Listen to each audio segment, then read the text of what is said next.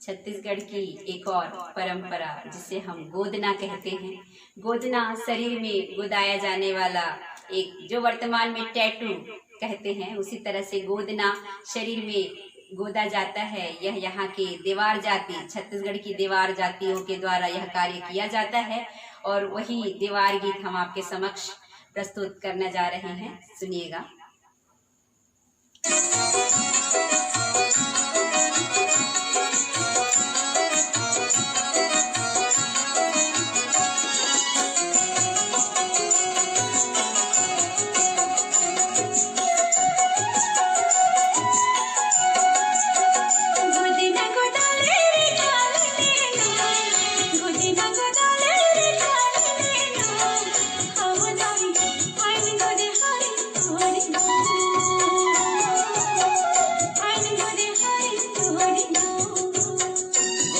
गोदाले रे खाले ले वो, गोदना गोदाले रे खाले ले वो, एवो जो ही आई गोद हरिन हमारे गाँव,